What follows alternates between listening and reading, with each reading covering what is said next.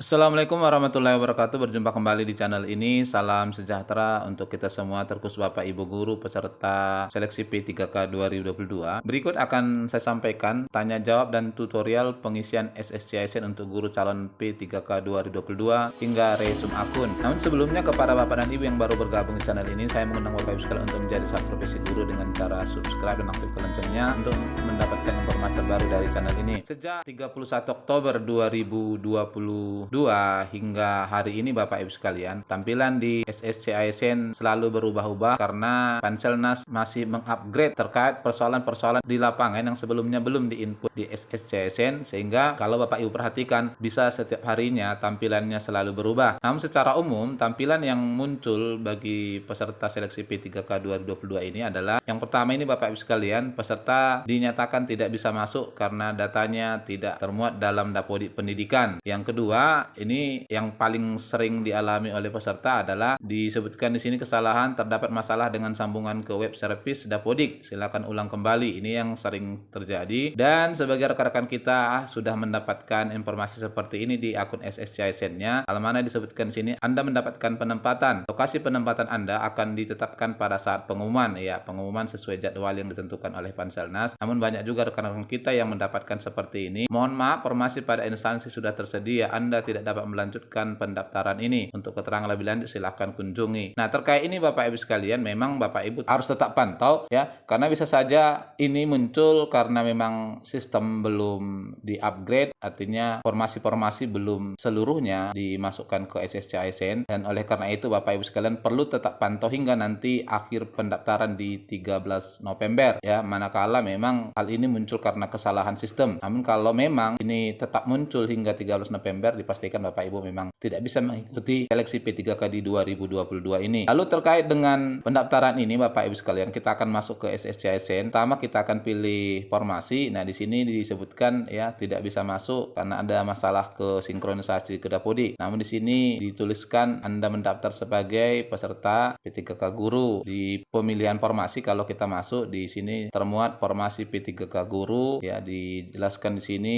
pendaftaran hingga sampai 13 November. Namun ini untuk instansinya masih dikunci ya, belum bisa dibuka. Ini salah satu faktornya ya Bapak Ibu sekalian, karena masih ada beberapa formasi yang masih disinkronkan oleh Kemendikbud dalam hal penempatan P1, sehingga apabila P1 kemudian belum dituntaskan penempatannya, maka Panselnas tentu belum bisa membuka untuk formasi-formasi sisa bagi P2 dan P3. Ini catatan khususnya. Jadi kita tentu harus tetap pantau hingga nanti di sini dibuka formasi untuk kita pilih ya dalam seleksi P3K 2022 ini. Kemudian berikutnya Bapak Ibu sekalian masuk di pengisian riwayat. Di pengisian riwayat ini ada beberapa hal yang perlu kita perhatikan. Yang pertama ini Bapak Ibu sekalian adalah tentang deskripsi diri. Disebutkan di sini silakan dideskripsikan diri Anda ke dalam sebuah esai yang menggambarkan Anda dalam bidang pekerjaan dan kehidupan bermasyarakat. Nah, di sini kita harus isikan dimulai dari siapa kita, kemudian di mana lahir ya, boleh juga ditambahkan kapan selesai S1,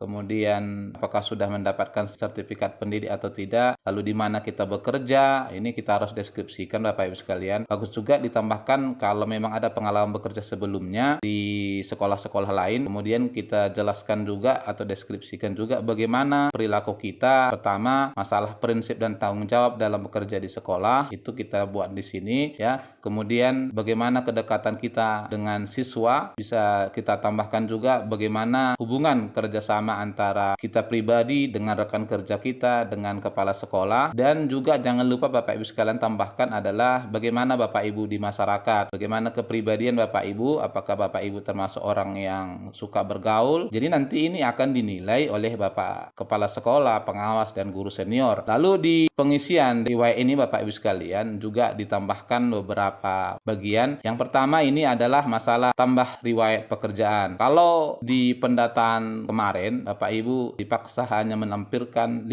tahun terakhir. Di sini Bapak Ibu sekalian, Bapak Ibu bebas menambahkan masa kerja dimulai dari Bapak Ibu kerja sebagai guru honorer hingga tahun 2021 ya, kita bebas. Mana pengisiannya dimulai dari memilih instansi. Nah, kita buat pemerintah kabupaten atau pemerintah provinsi, kemudian nanti instansi pemerintahnya langsung muncul, jabatan jabatan adalah jabatan Bapak Ibu sekalian ya, sebagai guru apa, kemudian tanggal mulainya itu dimulai per tahun biasanya. Kita mulai dari Juli hingga tanggal selesai Juni tahun berikutnya. Gaji pokok silakan ditampilkan sesuai dengan yang tertera di SK, kalau tidak ada di slip pembayaran ya. Kemudian nomor suratnya kita masukkan, tanggal penerbitan SK-nya juga kita masukkan, kemudian pejabat yang menandatangani apakah kepala dinas atau kepala sekolah. Setelah itu kita simpan. Nah, ini akan kita lakukan sebanyak tahun kita bekerja sebagai guru honorer di instansi tempat kita. Kemudian yang berikut di sini juga ada disediakan riwayat organisasi. Ini terutamanya Bapak Ibu sekalian isi organisasi yang memang tidak bertentangan dengan nilai-nilai Pancasila. Calon ASN ya, tentu saja tidak diperbolehkan mengikuti organisasi yang dilarang oleh pemerintah. Kemudian di sini juga ada kursus. Nah, pengisian kursus ini Bapak Ibu sekalian diberikan di sini tambah kursus, nama kursusnya atau nama pelatihannya silakan Bapak Ibu isi. Kemudian instansi penyelenggaranya di sini memang ada opsinya. Misalnya adalah Kemendikbud ya, secara umum untuk guru pastinya ujungnya adalah Kemendikbud. Kemudian jenis kursusnya Bapak Ibu bisa pilih, ada disediakan di sini kurikulum, kemudian ada juga disediakan dengan pelatihan fungsional yang lain. Lalu tanggal mulainya kita isi, berapa hari pelatihannya, tanggal selesai, dan yang paling penting Bapak Ibu sekalian, kursus yang bisa kita masukkan di sini adalah kursus yang ada nomor sertifikat, jumlah jamnya. Apabila sertifikat Bapak Ibu tidak ada nomornya, itu tidak bisa kita tambahkan kemari ya. Setelah kita isi pengalaman kursus dan latihan ini ya, maka berikutnya di sini muncul Bapak Ibu sekalian adalah pengalaman pengembangan profesi. Nah, untuk ini khusus bagi Bapak Ibu yang pernah membuat tulisan atau karya ilmiah. Apabila ini tidak ada, maka ini pastinya tidak bisa kita isi atau kosong. Lalu selanjutnya Bapak Ibu sekalian, setelah selesai untuk pengisian riwayat ini, maka kita akan masuk ke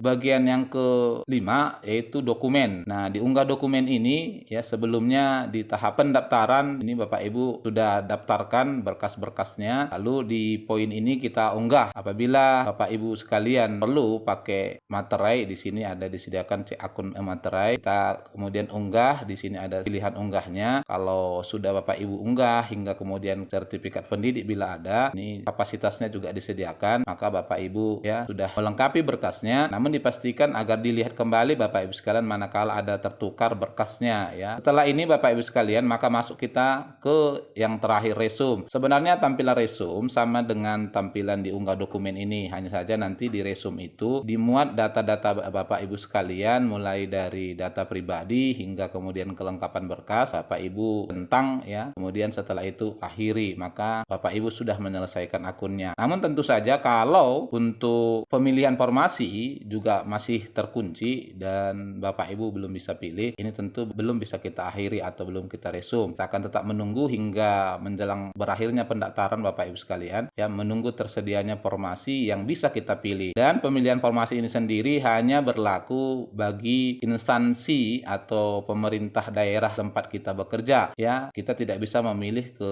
luar provinsi atau ke luar kabupaten. Barangkali ini Bapak Ibu sekalian informasi yang bisa sampaikan. Kalau ada Bapak Ibu sekalian pertanyaan untuk kita diskusikan bersama, boleh nanti disampaikan ya, sama-sama kita mencari jawaban yang lebih validnya. Assalamualaikum warahmatullahi wabarakatuh.